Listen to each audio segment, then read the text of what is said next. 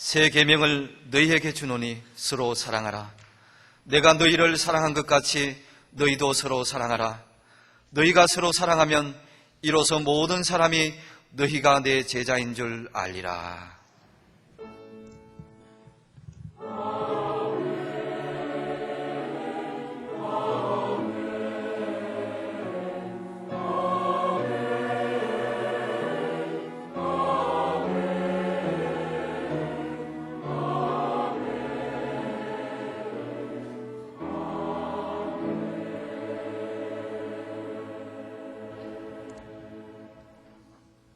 이 시간 하나님께서 우리에게 주시는 구약의 말씀은 시편 26편 1절 2절입니다. 구약 819쪽입니다. 내가 나의 완전함에 행하여 싸우며 요동치 아니하고 여호와를 의지하여 싸우니 여호와여 나를 판단하소서. 여호와여 나를 살피시고 시험하사 내 뜻과 내 마음을 단련하소서. 아멘.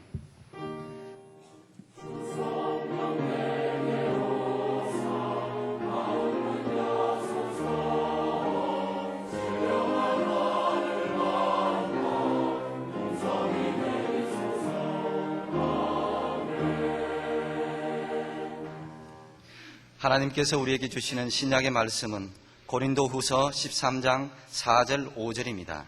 신약 300쪽입니다. 그리스도께서 약하심으로 십자가에 못 박히셨으나 오직 하나님의 능력으로 살으셨으니 우리도 저의 안에서 약하나 너희를 향하여 하나님의 능력으로 저와 함께 살리라. 너희가 믿음에 있는가? 너희 자신을 시험하고 너희 자신을 확정하라. 예수 그리스도께서 너희 안에 계신 줄을 너희가 스스로 알지 못하느냐? 그렇지 않으면 너희가 버리운 자니라. 아멘. 오늘의 구약 본문 말씀을 표준 세번역 성경으로 보면 이렇습니다.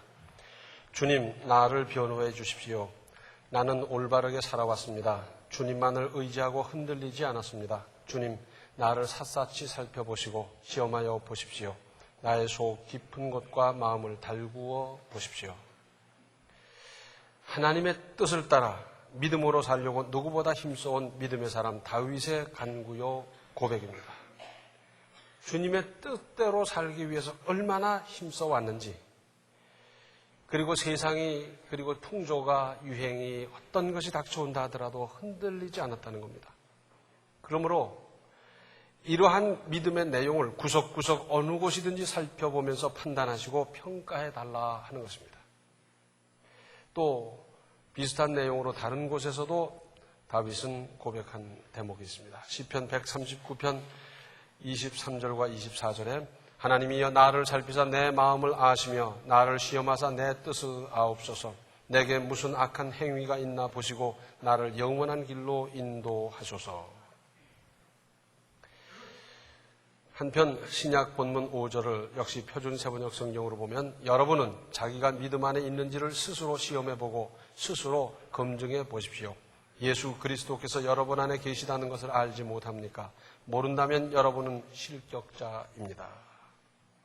여기서는 자기 자신 스스로 이런 한 절에 이 단어가 3번씩이나 기록되어 있고 바로 그 점을 강조하는 겁니다. 이것은 먼저 다른 사람의 신앙이나 생활에 간섭하거나 이리왈 저리왈 하지 말라는 뜻이 포함되어 있습니다. 신앙은 1차적으로 내 신앙을 바라보고 그리고 관찰하고 다듬고 키워나가는 거예요. 그런데 다른 사람의 형편이나 신앙이나 보면서 비판하고 따지고 혹은 정죄하고 이런 경우가 얼마나 많은지 모릅니다. 그래서 다른 사람의 죄에 간섭하지 말라고도 성경이 말씀하셨고요. 좌우간 다른 사람 보기보다 나 자신을 먼저 보면서 거기서 시험하라고 그랬습니다. 이 시험하는 데 있어서 마귀는 그리스도인들을 실족시키고 하나님을 떠나기 위해서 시험합니다. 그래서 이런 시험은 우리가 물리치고 극복하고 이겨나가고 싸워나가는 겁니다. 그런가 하면 하나님께서는 지금 그 사람에게 믿음이 있는지 그동안 믿음이 얼마나 자라났는지 시험하십니다. 이 하나님의 시험에는 합격하고 또 거기서 인정받고 그렇게 하는 거예요. 그런데 여기서는 하나님이나 마귀의 시험을 거론하는 것이 아니라 스스로 자신의 신앙을 수시로 시험해보라 그랬습니다. 그리고는 확증하라고 했는데 이 의미는 재련소에서 순금을 골라내는 작업을 뜻합니다. 내 자신의 신앙이 어떤지 시험해 보면서 그리고 확증하라고요. 가령 광석을 봤을 때는 뭐 꼬머니 해서 이게 뭔지 압니까? 그런데 재련소 뜨거운 불에 집어넣었더니 이제 탈 거는 타고 그리고 금은 금대로 은은 은대로 동은 동대로 이렇게 모이잖아요. 또 안 모인 것이 있으면 이렇게 하면은 그 몰빵울 같이 자꾸 모여지잖아요. 노랗고요, 하얗고요, 빨갛고요, 그렇게 모여져요.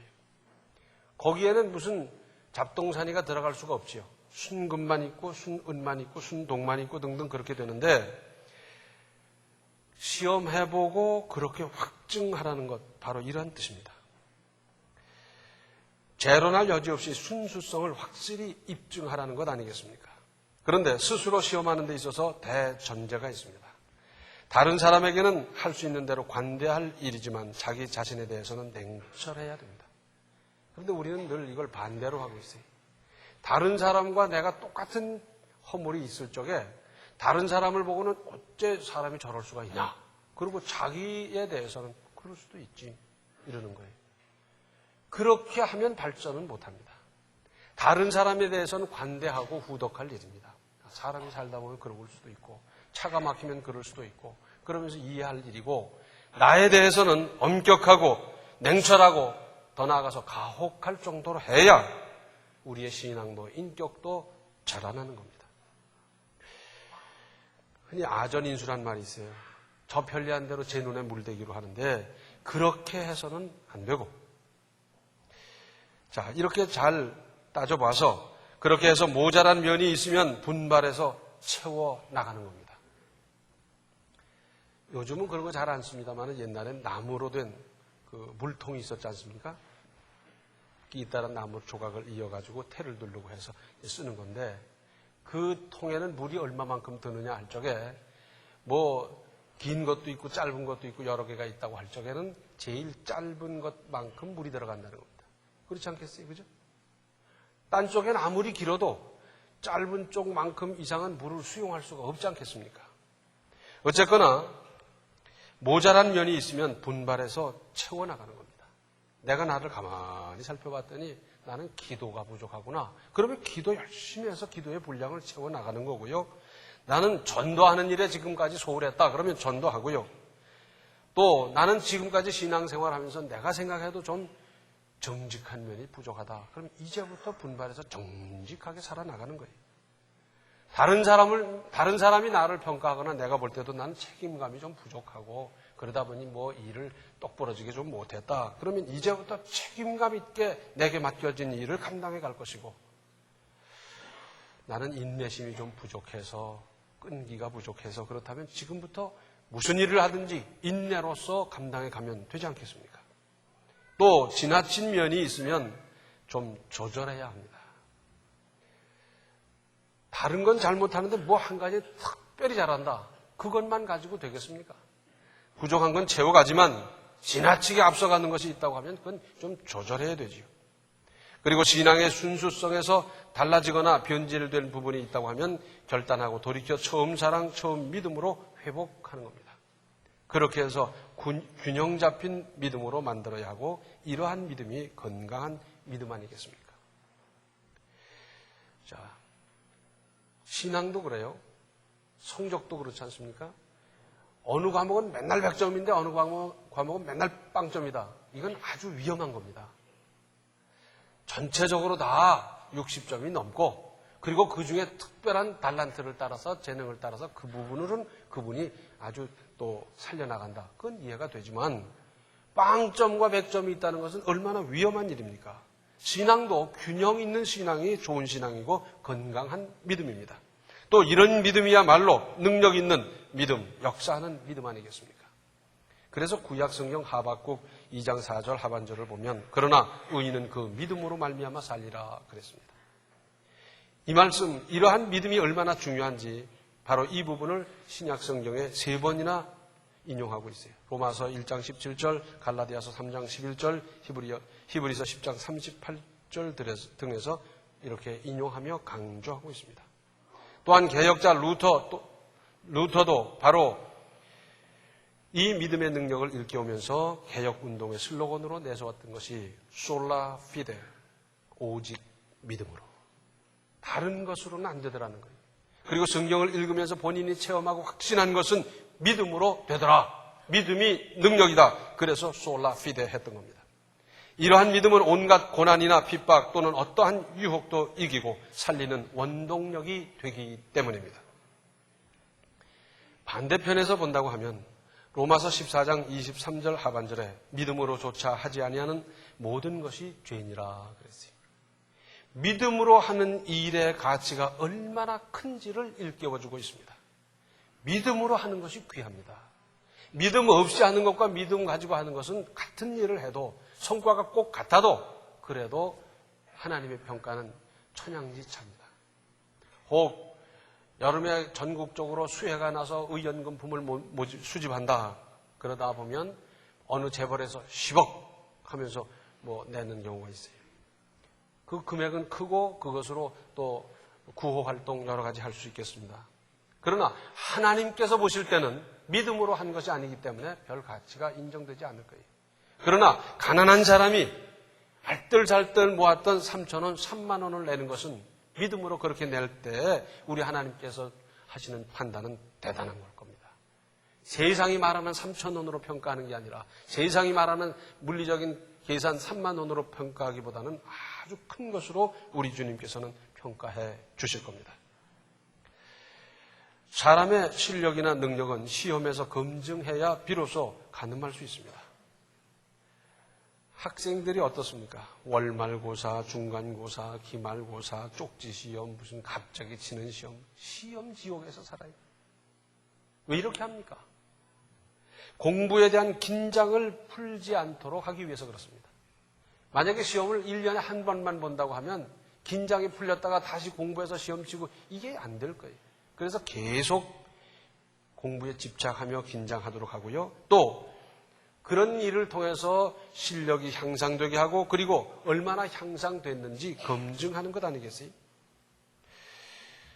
그래서 시험을 쳐봤더니 이 부분은 내가 좀 약하구나. 그럼 그 부분을 집중적으로 더 공부하고 또 잘하는 부분이 있으면 그 부분 또 살려나가고 그러면서 나를 한 번쯤 테스트 해보는 것 아니겠어요? 여기서 우리가 생각하고 헤아려야 할 것이 있습니다. 먼저 예수님 이래로 지금까지 믿음이란 이름 아래 얼마나 많은 잘못이 저질러졌습니까? 믿음으로 한다면서 자기 주장만을 고집하여 관철하려 하고 믿음으로 한다면서 자기 뜻이 하나님의 뜻인 것 같이 우겨대고 독선에 빠지거나 믿는 사람이나 믿지 않는 사람 앞에서 상처를 주고 대의 명분은 대단하게 내걸면서 믿음으로 한다고 그랬는데 사실은 자기 실속, 자기 계산을 하고 있고 그 전에 그런 일이 있었더랬어요. 교회를 막 찢어나가는 거예요. 그런데 그 사람들이 하는 말이 뭔지 압니까? 이건 믿음이라는 거예요. 하나님의 뜻이라는 거예요. 교회는 그리스도의 몸인데 그리스도의 몸을 어떻게 찢어나갑니까? 팔을 잘라가는 거나 마찬가지인데 어떻게 그럴 수가 있어요? 그런데 그건 믿음이라는 거예요. 또 한편에서는 그러지 말고 우리가 함께 신앙생활하고 함께 여기서 살자. 그러면서 눈물을 흘리면서 붙잡는데 그 사람들도 믿음이라는 거예요. 믿음이라는 미명하에 제 뜻대로 하면서 믿음을 갖다 붙이고 미화하고 그런 일이었더랬습니다.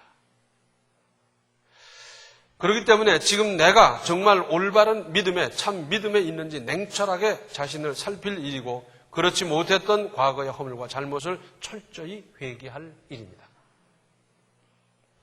이번에 우리 천안 지역에서 전도 훈련하느라고 서북교회에서 모였더랬어요. 우리 교회에서 많이 못 가셨습니다만은 그 박영규 집사님이라는 분 아주 전도에 얼마나 열심인지 말도 못합니다. 대단한 분이. 그런데 이분이 그런 얘기를 해요. 교회 다니다가 혹 상처를 받았다든지 이렇게 해서 교회를 떠난 사람을 다시 신앙생활 하게 하기는 전혀 안 믿는 사람 5사람 전도하는 것보다 훨씬 힘들다는 겁니다. 그건 그분이 그렇게 얘기해서가 아니라 실제로 우리 다 느끼는 거 아닙니까? 그런 분들을 더 어렵지 않습니까? 그래서 한 사람 한 사람 물어봤더니 자기는 교회 갔다가 누구로부터 어떤 사람으로부터 뭘로 말미암아 이런 상처를 받았다 그러더니 그래서 충격을 받고 자기가 기도하면서 깨달아 봤더니 실제로 자기와 다툰 사람이 있고 그래서 그분은 그 교회를 떠나고 다른 교회 다니다가 나중엔 또 교회를 안 다닌다 그러는 거예요. 얼마나 가슴이 아팠던지 참으로 눈물을 흘리며 크게 회개하고 그분을 찾아가서 화해하고 그랬다고 그래요. 그러면서 느끼는 것은 그분은 내가 생각나니까 알 수 있으니까 찾아가고 화해하고 뭐 사과할 건 사과하고 다 했지만은 부지불식간에 내가 한 말로 말미암아 상처받았는데 아무 말도 안 해서 나는 모르고 있는 경우는 얼마나 많겠는가. 기가 막힌 거예요. 우리는 나로 말미암아 은혜가 되고 덕이 된 경우도 있는가 하면 나로 말미암아 상처받은 일은 얼마나 많이 있겠습니까? 행여 나로 말미암아 하나님의 반열에 주님의 자녀의 반열에서 떠나간 사람이 있다면 이거 얼마나 기가 막힌 일입니까? 정말 올바른 믿음에 참 믿음에 있는지 냉철하게 자신을 살필 일이고 그렇지 못했던 과거의 허물과 잘못을 철저히 회개할 일입니다. 그리고 경우에 따라서는 선과 악 그런 것과 전혀 무관한 일에 선택을 해야 되는 경우가 있습니다. 자, 내가 밥을 한 숟갈 먹었습니다. 반찬을 이걸 먹을까 저걸 먹을까 이건 무슨 신앙도 아니고 선악도 아니고 아무 관계없지요. 또는 등산을 간다. 그런데 태조산을 갈까 광덕산을 갈까 그게 무슨 신앙이나 선악과 관계가 되겠습니까? 또는 낚시질을 간다. 그런데 예당 수리조합으로 갈까 어느 호수로 갈까 이거는 신앙과 아무 관계가 없어요. 그런데 그럴 때에도 어떻게 하는 것이 하나님의 뜻에 더 부합할까? 어떻게 하는 것이 하나님의 뜻에 더 가까울까? 깊이 그리고 이리저리 생각하고 기도하며 헤아리는 것이 믿음 있는 사람의 할 일 아니겠습니까? 맞아. 광덕산으로 가다가 그동안 내가 몇 번 전도했던 사람 만나서 대화하고 그리고 또 가리라.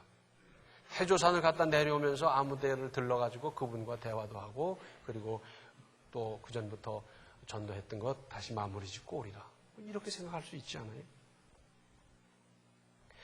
그리고 지금 내가 하고 있는 일이 믿음으로 하는 것인가? 이렇게 하는 것이 과연 신앙적인 방법인지 어떻게 하는 것이 하나님께서 원하시는 것인지를 늘 여러 면으로 점검해야 합니다. 내가 믿음으로 한다고 했는데 사실은 오기로 하는 것은 아닌지 내가 믿음으로 한다고 했지만은 시기심이나 자랑하려고 또는 나타내기 위해서 하는 일일 수도 있고요. 욕심을 따라 하는 일도 있지 않겠습니까? 내가 저 사람보다는 더 기도해야지. 저 사람보다는 더 봉사해야지. 이건 시기심으로 하는 거지 순수한 믿음은 아니지 않습니까? 정말 믿음으로 하는 일입니까? 그야말로 순수한 믿음일 때 그 믿음은 참으로 값진 것입니다. 욥기 1장 8절 하반절을 보면 하나님께서 욥을 이렇게 평가하셨습니다. 그와 같이 순전하고 정직하여 하나님을 경외하며 악에서 떠난 자가 세상에 없느니라. 그 사람 말고 세상에 없다니까 뭡니까? 세상에서 최고의 믿음이라는 거예요. 이만한 믿음이 있기 때문에 인간으로서 도저히 참지 못할 끔찍한 재난을 계속 만났어도 끝까지 믿음을 지켜 하나님으로부터 합격 판정을 받고 전보다 갑절의 복을 받았고 수명도 크게 연장받는 은혜를 입었습니다. 그래서 그 후로 140년을 더 살고 아들과 손자 4대를 보았다고 성경은 기록하고 있습니다. 요즘은 순수한 사람을 만나기가 참 힘들어요. 그래서 말을 고지고대로 받아들였다가 낭패보는 경우가 얼마나 많은지 몰라요. 그러다 보니까 무슨 말을 하면 저 속에는 무슨 속셈이 있을까? 무슨 의미를 가지고 저런 말을 했을까?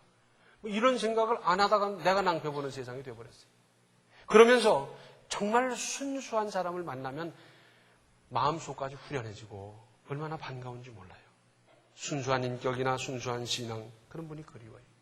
그런데 우리 하나님께서도 그런 신앙, 그런 인격, 그런 사람을 찾고 계십니다. 지금 나는 믿음에 있습니까? 시험해 보시고 확증하십시오. 그리고 채우고 다듬고 조절해서 완전한 건강한 믿음으로 키워 나가십시오. 그러면 그 믿음이 능력이 되고 나중에 더 아름다운 인생을 하나님은 보장해 주실 것입니다. 그런데 이때 떠오르는 생각이 있을 수 있어요. 난 그런 분 안 돼. 내가 언제 그런 분 같은 신앙이 될 수 있나? 난 도저히 못해. 이런 생각이 들 수 있어요. 거기다가 마귀가 속삭입니다. 너는 성질도 못됐고 너는 이것저것 허물도 많고 너 같은 것이 어떻게 욥과 같은 신앙이 되냐? 넌 안 된다. 마귀가 속삭이는데 가만히 듣고 보니까 맞은 것 같거든요. 내가 감히 어떻게 그 세계 최고의 믿음이라고 하나님이 인정해 주신 욥과 같은 믿음이 될까? 안 돼. 못하지. 속지 마십시오. 마귀는 우리를 찾아와서 이렇게 속이고 있습니다. 속이고 있어요. 우리가 왜 욥기를 읽어야 합니까? 그것은 욥과 같은 믿음이 되도록 힘쓰다 보면 욥과 같이 될 수도 있기 때문에 우리는 욥기를 읽어야 하는 겁니다. 우리는 내가 봐도 나는 참 부족합니다. 성격이나 뭐나 이것저것 참 부족한 게 많아서 내가 봐도 나는 욥과 같은 사람이 될 수 없어요. 그러나 목표를 세우고 욥과 같은 인격과 신앙이 되기 위해서 힘써 나가고 노력하고 기도하고 다듬고 몸부림치고 그럴 적에 우리 하나님께서 도와주시고 역사하십니다. 안 하겠다는 사람을 도와야 될 이유가 어디 있겠어요? 하겠다는 사람에게 하나님께서 능력도 주시고 은혜도 주십니다. 경우에 따라서는 그런 분이 있어요. 저는요 그냥 결단을 못합니다. 성격이 느긋하고요. 그냥 그래서 어려서부터 저는 결단을 못 해봤습니다. 그러나 우리 하나님께서 하고자 하는 사람에게는 결단할 수 있는 능력도 주십니다. 성경에 보면 다윗은 오늘도 본문에 나옵니다마는 하나님 앞에서 바로 살기 위해서 그렇게 수고했고 그리고 내 신앙을 샅샅이 한번 살펴보시고 평가해달라고 할 정도로 그런 믿음으로 살았으나 그러나 너는 만점이다. 너는 의인이다. 너는 욥과 같은 믿음쯤 됐다. 하나님은 그렇게 평가하지 않으셨어요. 다윗도 허물이 있고 잘못이 있고 실수가 있고 그랬어요.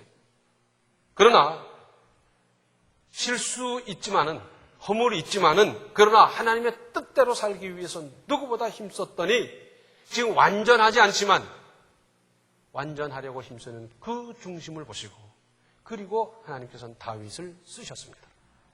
세상 사람들은 결과를 가지고 평가해요. 그래서 어떤 과정을 통해서 공부를 했든지 점수가 몇 점이냐, 어떤 과정으로 어떻게 됐든지 결과가 뭐냐, 뭘 이루었느냐, 뭘 지었느냐, 뭘 만들었느냐 그거 가지고 평가하지만 우리 하나님께서는 결과를 가지고 평가하시는 분이 아니라 중심을 평가하십니다. 그러므로 내가 그 목표를 세워놓고 목표를 못 이루었다고 해서 너는 왜 못 이루었느냐, 목표도 못 이루는 바보냐 그렇게 하는 것이 아니라 힘써 나가는 그 과정을 귀하게 보시는 거예요.